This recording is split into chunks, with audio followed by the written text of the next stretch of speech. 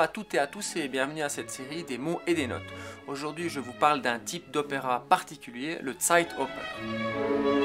L'histoire de l'opéra est remplie d'étiquettes un peu techniques qui décrivent une certaine caractéristiques de l'opéra. On a par exemple l'opéra seria, l'opéra buffa, on a le rescue opéra, et puis on a un type particulier qui est le Zeitoper, qui signifie littéralement l'opéra dans l'air du temps. C'est un type d'opéra qui a une histoire assez brève et qu'on trouve presque exclusivement dans les années 1920 en Allemagne. Pour expliquer pourquoi le Zeitoper est dans l'air du temps dans les années 1920, il faut remonter un tout petit peu en arrière et brosser un peu le contexte de l'opéra et pourquoi il n'est justement pas toujours dans l'air du temps. Au début du XXe siècle, on a deux grandes orientations qui se dégagent.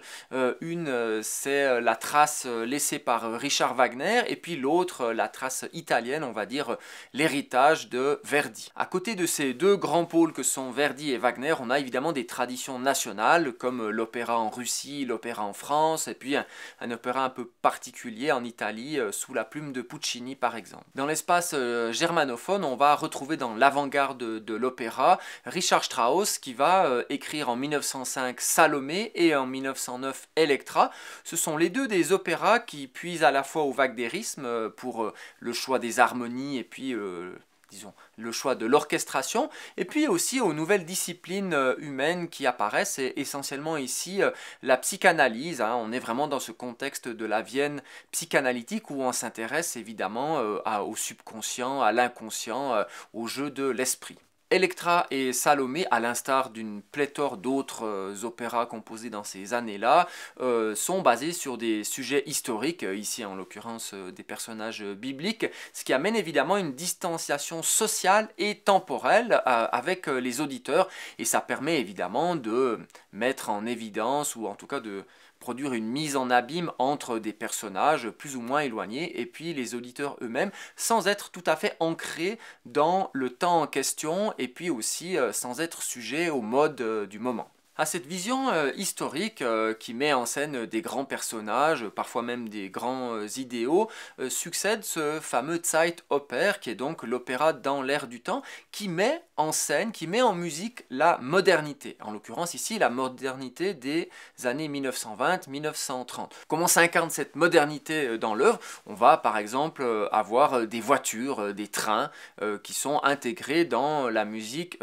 dans l'opéra. On a un cas assez célèbre qui est der Lindbergh-Flug, qui est basé sur la traversée de l'Atlantique par Charles Lindbergh en 1927, et cet événement assez fabuleux pour l'époque, évidemment, qui montre la modernité de cette décennie, sert d'argument pour une pièce de Bertolt Brecht qui va être mise en musique en partie par Paul Hindemith et puis l'autre partie par Kurt Weill. Autre incarnation de cette modernité, on peut avoir les personnages de l'opéra qui écoutent la radio, qui parlent au téléphone. C'est le cas notamment dans une pièce de Arnold Schönberg, Von heute auf morgen, dont le livret est de la main de sa femme d'ailleurs, où on a vraiment toute une intrigue qui est basée sur des conversations téléphoniques écoutées aussi, ou des instants qui se déroulent dans des ascenseurs. Autre joie de la modernité qui nous paraît évidemment tout à fait anecdotique aujourd'hui, c'est la présence de l'eau chaude courante dans les salles de bain, et on a par exemple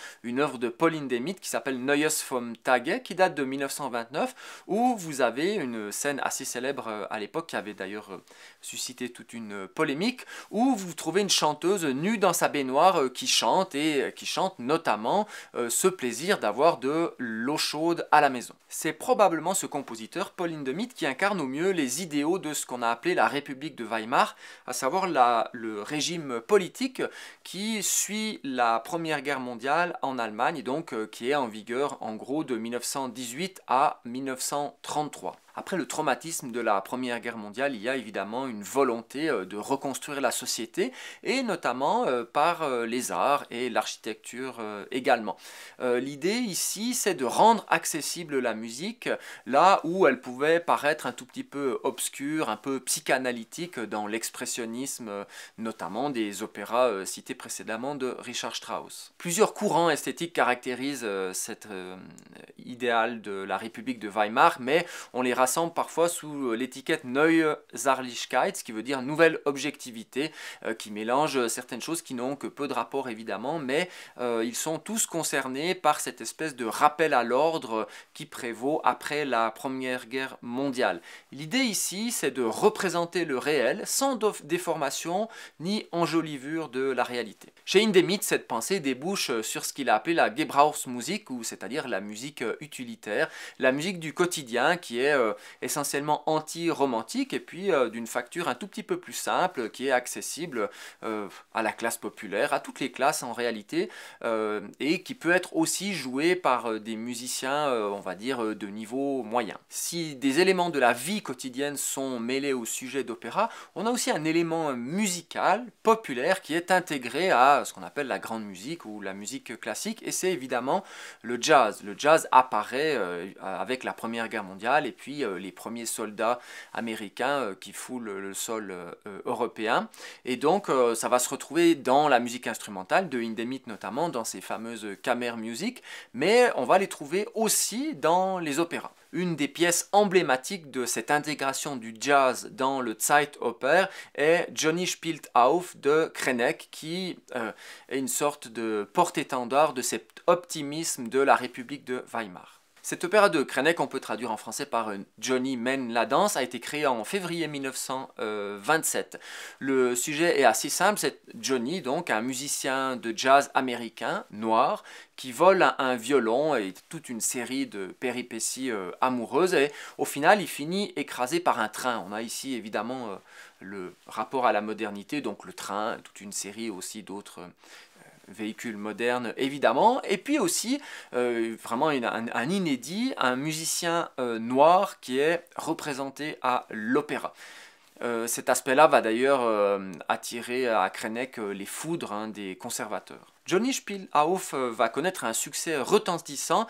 En 3 ans, il sera monté plus de 400 fois à travers l'Allemagne et les pays germanophones en général. Je vous propose d'écouter ici un extrait de la 3e scène de cet opéra où on entend très bien l'apport du jazz dans cette écriture traditionnelle.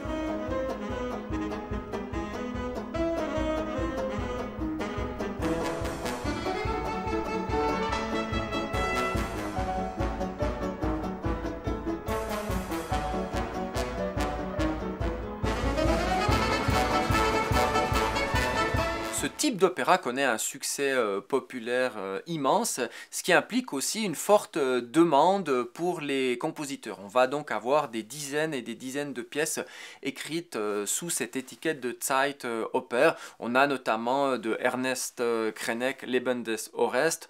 On a aussi un auteur assez connu à l'époque, Erwin Schulhoff, qui a écrit notamment Flammen, ou bien HMS Royal Oak, qui est une sorte d'oratorio de jazz. On trouve aussi de nombreuses pièces de Kurt Weill qui va mélanger avec talent évidemment des éléments comiques, des éléments populaires, des éléments modernes et des éléments satiriques. L'âge d'or du Zeitoper ne dure qu'une dizaine d'années, à savoir entre 1920 et 1930. Dès 1930, en pratique, c'est la fin de la République de Weimar, ou en tout cas de ses idéaux, puisque à la suite de nouvelles élections, on a un changement de gouvernement et puis la montée progressive du régime nazi qui débouche en 1933 sur l'élection de Hitler au poste de chancelier. Cette montée du régime d'extrême droite va mettre fin à cette vision optimiste de Weimar, cette vision réelle de l'art, et donc elle marque aussi évidemment la fin du Zeitoper.